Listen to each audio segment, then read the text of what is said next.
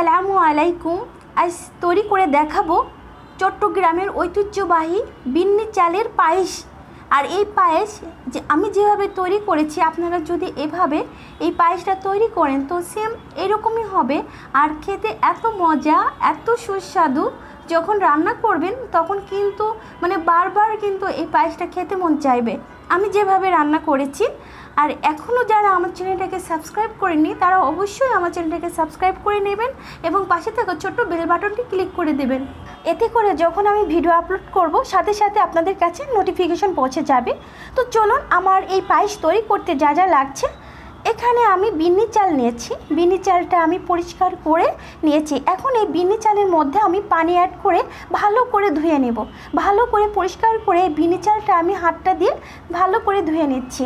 আর এই বিন্নি চাল কিন্তু ভালো করে পরিষ্কার করার পরে আমি এই বিন্নি চালের মধ্যে আমি পানি দিয়ে এটা রেস্টে রেখে দেব 1 ঘন্টা মতো।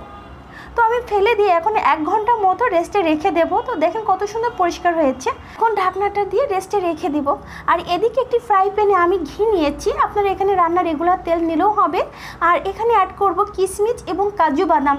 আর এই পায়েসে কিন্তু কিশমিশটা বেশি অ্যাড করলে খেতে ভালো লাগে। তো কিশমিশ যখন এখন ভাজার পরে লাল লাল হবে তখন আমি তুলে নেব। আর এদিকে বিন্নি চালের উপর থেকে ঢাকনাটা উঠিয়ে দেখেন বিন্নি চালটা কত সুন্দর ফুলে উঠেছে।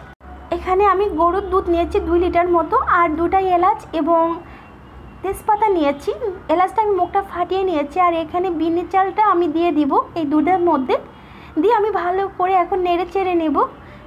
ভালো করে কিন্তু এই বিন্নি চালটা নাড়ার পরে যেরকম যখন সিদ্ধ হয়ে আসবে, একটু ঘন হয়ে আসবে কিন্তু যেই রকম, তখন আমি এর ভিতরে অ্যাড করব গুড়। আমি এখানে খিচুড়ির গুড় অ্যাড করেছি, আপনারা এখানে চিনি অ্যাড করলেও হবে, কোনো সমস্যা নাই। তো আমি এইভাবে সব গুড়গুলো দিয়ে দেব, দিয়ে আমি ভালো করে নেড়ে চেড়ে নিব। এইভাবে ভালো করে নাড়ার পরে এখানে আমি অ্যাড করব স্বাদ মতো লবণ, যেহেতু মিষ্টিতে একটু লবণ হলে খেতে কিন্তু অনেক মজা লাগে। আর এখানে আমি কিশমিশ এবং কাজু বাদাম ভেজে রেখেছিলাম, সেটাও এখন অ্যাড করে দিচ্ছি। অ্যাড করে দেওয়ার পরে আমি এখন নেড়ে চেড়ে দেখেন পায়েসটা কত সুন্দর হয়েছে। আর এই পায়েসটা কিন্তু ঠান্ডা ঠান্ডা খেতে অনেক মজা লাগে। তো আমি এখন একটি প্লেটে সার্ভ করে নেব গরম গরম। তো দেখেন কতটা সুন্দর হয়েছে, আমি দেখাচ্ছি আপনাদের। আর ডেকোরেশনের জন্য আমি কিছু কিশমিশ, কাজু বাদাম এবং পেস্তা বাদাম দিয়ে ডেকোরেশন করে নিচ্ছি।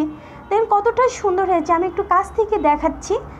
আশা করি আমার ভিডিওটি আপনাদের ভালো লেগেছে। এই বিন্নি চালের পায়েস রান্না আপনাদের ভালো লাগবে।